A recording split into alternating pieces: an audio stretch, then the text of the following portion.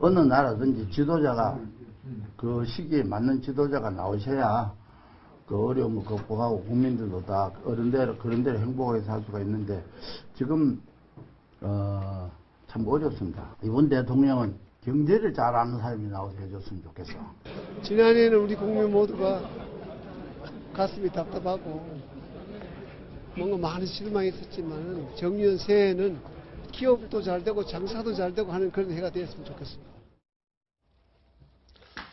새해를 맞아서 박근혜 현직 대통령입니다. 아직은 전직 대통령 전두환 이명박 전 대통령 이 세 분의 언론 인터뷰가 화제가 되고 있습니다.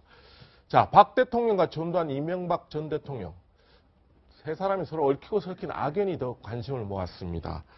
자, 최영민 편집장이 그런 게 있습니다. 지금 전두환 전 대통령이 어제 연희동 사저에서 이렇게 아예 공개적으로 막 사람들 불러서 이렇게 물론 저 채널A가 단독으로 그 영상을 다 확보를 해서 했지만 상당히 이례적이긴 해요. 이렇게. 근데 전두환 전 대통령이 원래 연희동 방문하면요. 네. 본인이 나오셔가지고 쫙 설명을 해서 찾아가신 분들은 거의 말할 기회가 없습니다. 과거부터 저도 가본 적이 있는데 가면은 거의 말할 기회를 안 주고 이제 본인이 뭐 경제 얘기부터 해서 심지어는 요즘은 좀 이제 연세가 드셔서 그런데 과거에는 지금 87이십니다. 수치 같은 것도요. 정확하게 인용을 합니다. 수치도. 뭐 일본의 경제 성장률이 몇 %고 뭐 이런 것까지 하거든요. 근데 이제 덕담을 했는데 저거는 사실은 그 전두환 대통령 정부 시절에 그 경제가 비교적 잘 나갔어요. 잘 나갔고 여러 가지 성적이 괜찮았습니다. 그것이 이제 뭐 원인이 사실은 뭐 박정희 대통령 시절에 뭐 잘 중화학공업이나 이런 걸 이렇게 세워놔서 그걸 이어받아서 그랬느냐 아니면 뭐 전두환 정부의 경제 관료들이 잘했느냐 뭐 이런 분석의 차이는 있지만 어찌됐든 간에 결과로서는 좋아요. 그런 점에서 보면 본인이 충분히 저런 얘기를 주장할 수 있을 거라고 저는 생각을 하고 특히 경제 부문과 관련해서 이 군 출신들은 경제 부분은 잘 모르잖아요. 그래서 요즘에 이렇게 취재를 해보면 저 당시에는 경제 관료에 관한 한 사실은 그 전두환 대통령이 거의 전권을 맡겼어요. 그래서 그 아웅산에서 돌아가신 김재익 그 경제수석 같은 경우는 전두환 전 대통령이 굴러서 그랬다는 거 아니에요. 경제에 관한 한 당신이 대통령이다. 그러니까 대통령이라는 생각으로 열심히 해라. 이런 얘기를 여러 차례 했다는 거거든요. 그런 걸 보면 전두환 전 대통령이 저렇게 얘기를 할 만할 그런 정도의 근거는 있다. 저는 그렇게 봅니다. 자, 전두환 전 대통령이 경제를 강조하긴 했지만 아마 국민들한테 이런 대목이 관심을 모으고 있습니다. 오히려 이번 최순실 국정농단 사태를 약간 빗댄 듯한 느낌이 드는 발언인데요. 박근혜 대통령을 약간 겨냥한 듯한 발언이 있어서 눈길을 끌었습니다. 그 내용 한번 들어보시겠습니다. 우리나라는 진짜 여자들이 머리 좋습니다. 우리 근데 여자 대통령이 나오니까 또 이 신통치 않네. 왜 그러냐면 그 대통령도 부부 대통령 가운데 여자가 됐더라면 잘할 텐데 여자 혼자 대통령이 되면 결혼도 한번 안 해보고 애도 만 역시 그 영향이 있거든. 인생 문제라든지 이런 거 안 그래? 인간관계라는 게 부부간이 살면서 싸움해가면 좋은 게 많이 나오는 법인데 혼자서 뭐 지가 어떡하겠어. 근데 이제 그날은 마침 이제 그 일정이 없어서 제 그 업무 공간이 이제 관저였는데 제가 가족이 없지 않습니까? 그런데 거기에는 이제 뭐 결제할 수 있는 그것도 시스템도 다 돼 있고 또 필요하면 손님도 이렇게 만나고 또 접견도 할 수 있어요. 공간에서 할 수도 있고 본관에서 할 수도 있고. 자, 김근희 교수 아마 저 전두환 전 대통령과 박근혜 대통령의 악연이라면 우리가 참 이 정부에서 전두환 전 대통령 관련해서 전두환 특별법이 이제 발효가 되고 아마 직접적으로 이 전두환 일가의 재산에 대한 것이 참 대통령의 직접 지시에 의해서 이루어지기도 해서 참 두 사람의 악연이 두고두고 지금까지 미치지 않았나. 아마 전두환 전 대통령의 저 발언도 여러 가지가 지금 감안해서 한 거 아닐까 싶어요, 지금. 그러니까 뭐 작정하고 신년 인사 모임에서 이제 전두환 전 대통령 이야기를 한 것 같은데요. 사실은 뭐 전두환 전 대통령 저 발언에서 두 가지 이야기를 하고 싶습니다. 하나는 저렇게 지금 박근혜 대통령은 비판하고 이렇게 폄하할 자격은 되는지 일단 물어보고 싶고요. 일단 뭐 지금 잊혀져 있습니다만 일단 그 5.18 내란 쿠데타 수괴 혐의로 일단 재판을 받아서 유죄 판결을 받은 분이고 전직 대통령 애호를 받지 못하는 분입니다. 그리고 뭐 엄청난 부정 축제로 인해서 그 추징금까지도 다 못 내고 있는 분이기 때문에 국민들이 행여라도 저희 이야기에 박근혜 대통령을 씹었다고 그래, 박근혜 대통령을 비판했다고 그래서 속신하시는 건 좀 경계를 하셔야 할 것 같아요. 그럼에도 불구하고 박근혜 대통령이 결혼을 안 해보고 가정을 꾸려보지 않아서 똑똑한 여자가 대통령이 됐지만 문제가 있다는 저 비판은 뭐 일반론적으로 많은 국민들이 동의하는 바라고 생각합니다. 왜냐하면 그 바로 뒤에 편집을 해서 지금 박 대통령이 어제 신년 간담회에서 했던 이야기 있지 않습니까? 세월호 7시 갔다가 내가 본관에 있었다, 관저에 있었다, 관저에 있었고 거기서 다 사람들 만날 수 있는 시설도 다 있다. 중요한 건 그 집무실이 아닌 관저에 있었다는 것이 일과 시간이라는 거고요. 일과 시간에 그러면 사람들 만날 수 있는 시설이 있었다는데 거기서 사람들 만난 일이 없는 거 아닙니까? 그러니까 그 직무를 볼 수 있는 시설이 돼 있는 관제에서 일을 하는 것도 문제지만 거기서 일을 하는 시간이라도 그러면 사람들을 만나거나 아니면 사회 원로들 이야기를 듣거나 아니면 정치 원로들 이야기를 들어서 경청하거나 시민사회의 다양한 이야기를 듣거나 이렇게 한다면 그 이야기가 정말 관제에서도 나름대로의 국정을 볼 수 있는 연장선이 될 수 있습니다만 지금 확인된 거로는 대통령 비서실장도 독대한 적이 없고 정무수석도 독대한 적이 없고 세월호 그 시간에는 안보실장도 독대한 적이 없고 지금 확인된 것은 정호성 비서관만 오후 2시에 관저 가서 봤다는 거 아닙니까? 누구랑 있었다니까 그건 밝힐 수 없다는 거 아닙니까? 그러니까 제가 볼 때는 정말 우리 대통령이 일과 시간이나 평일날 정말 직무를 봐야 될 시간에 본관에 직무동에 가지 않고 관제라는 게 집이지 않습니까? 집. 저도 집에 있으면 행동이 달라집니다. 집 밖에 나와서 의관정지하고 사람들을 만나야 사람이 자기 일을 하는 거거든요. 그래서 집에 있는 걸 좋아했던 여성 대통령 박근혜 대통령에 대한 전두환 대통령의 저 일침은 나름대로 일반론적으로 맞는 이야기라고 생각합니다. 저는 뭐 좀 달리 생각하는데 지금 여성이니까 신통치 않고 여성이 결혼을 안 해서 이 국정을 운영하니까 문제다. 물론 결혼한 분들이 가정을 꾸리면서 여러 가지 뭐 경험이 생겨서 또 다른 생각을 할 수 있겠지만 이게 진리라고 단정을 하면 앞으로 홀로 사는 여성은 대통령 나오면 안 되는 거예요. 이게 아닙니다. 저는 박근혜 대통령 본인의 문제인 거죠. 박근혜 대통령이 뭐 아까 뭐 화면에도 나왔지만 나는 가족이 없어서 뭐 관저에서 내가 직무를 봤다. 이해를 구하는 발언인지 모르지만 우리가 박근혜 대통령이 대통령 될 때, 뭐 특히 새누리당 뭐 모든 분들은 정말 훌륭한 분이다. 또 해서 지지 호소했고 많은 국민들이 그렇게 생각해서 찍었던 거 아니겠습니까? 근데 그때 우리가 봤던 박근혜 대통령은 정말 애국심 하나 알아준다.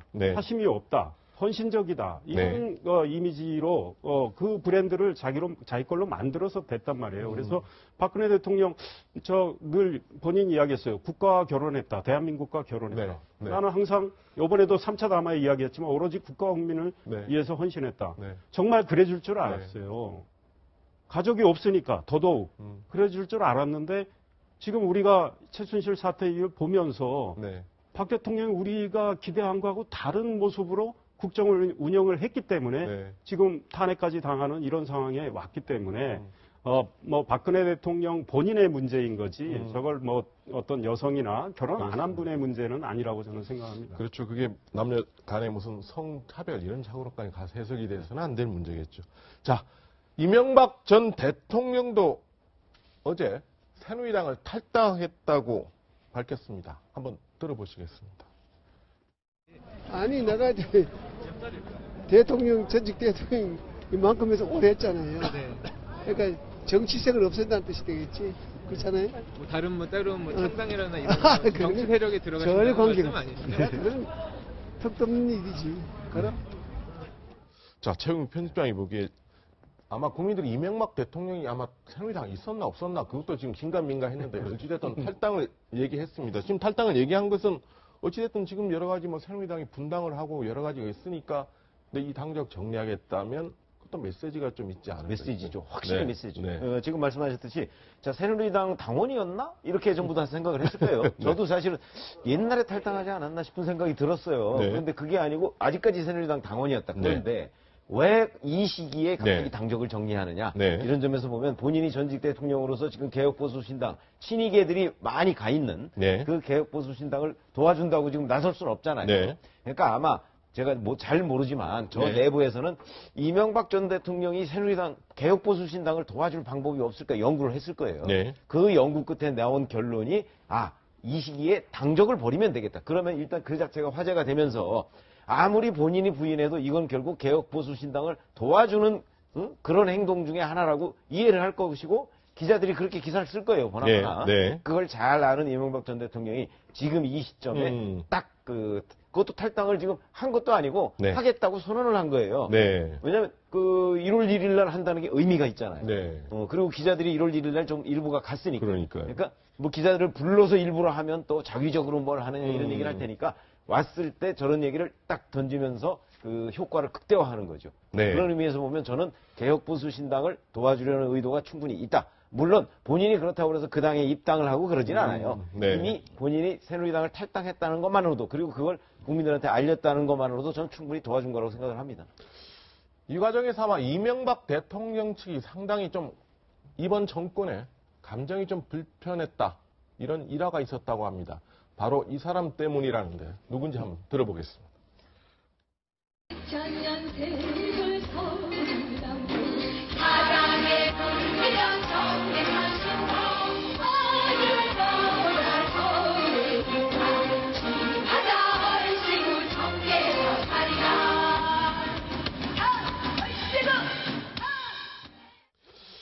아마 국악인 김영인 씨죠.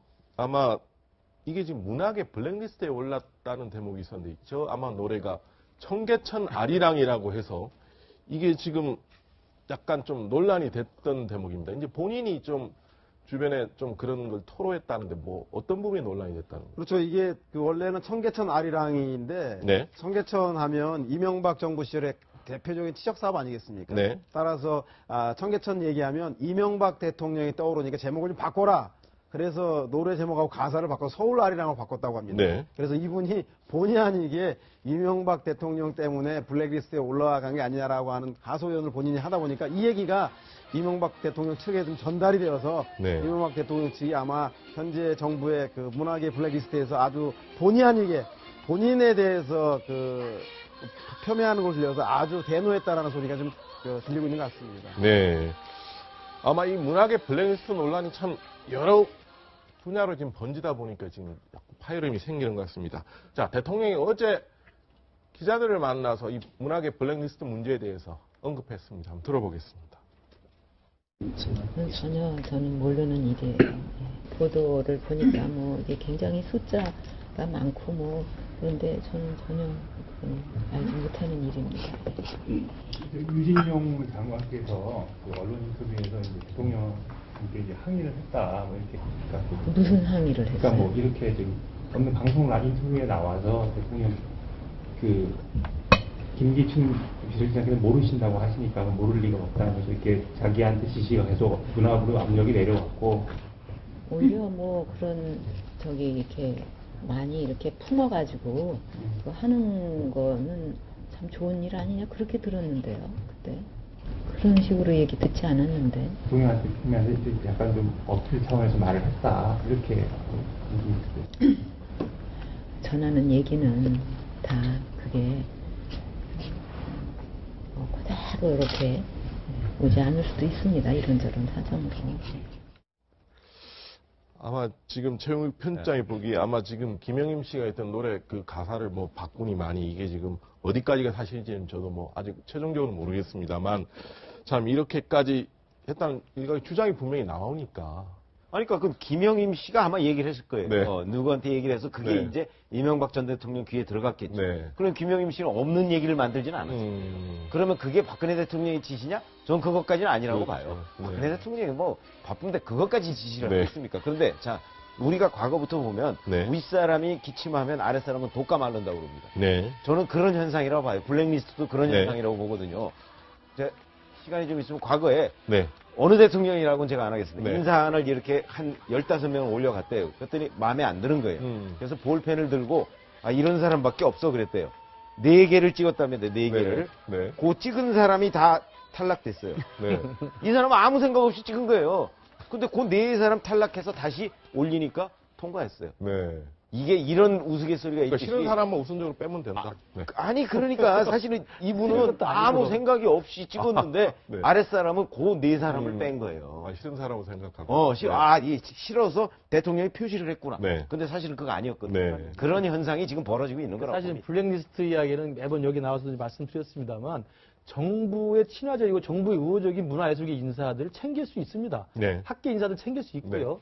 그리고 또 과학기술계 인사 챙길 수 있습니다. 네. 문제는 정부에 우호적이지 않고 친하지 않는다고 고의로 배척하거나 리스트를 만들어서 산하기관에 내려보냈다는 것은 명백한 범죄 행위라는 말씀을 네. 드리고요. 지금 김영임 씨 해프닝도 만약에 저게 사실이고 저것 때문에 MB 대통령이 대노했다고 한다면 박근혜 대통령이 그것까지 지시하진 않았겠죠. 저도 네. 생각합니다. 네. 그러나 그 밑에서 얼마나 알아서 키웠으면 문화관광체육부에서 김영임 씨가 무슨 저 양반이 정치 활동했던 분도 내가 아닌 걸로 알고 있고 네. 다른 무슨 촛불 시위에 나와서 노래하신 분도 아니잖아요. 네. 그냥 제목이 청계천 아니라는 건데 네. 그것 때문에 제목을 바꾸라고 했다면 그 문체부에서 너무 과잉중소한 거죠. 그런 문화부터 고쳐내는 것이 정권이 바뀔 때마다 불필요한 사회적 비용을 줄이는 중요한 첫걸음이 될 거라고 생각합니다. 네, 내부 말씀 고맙습니다.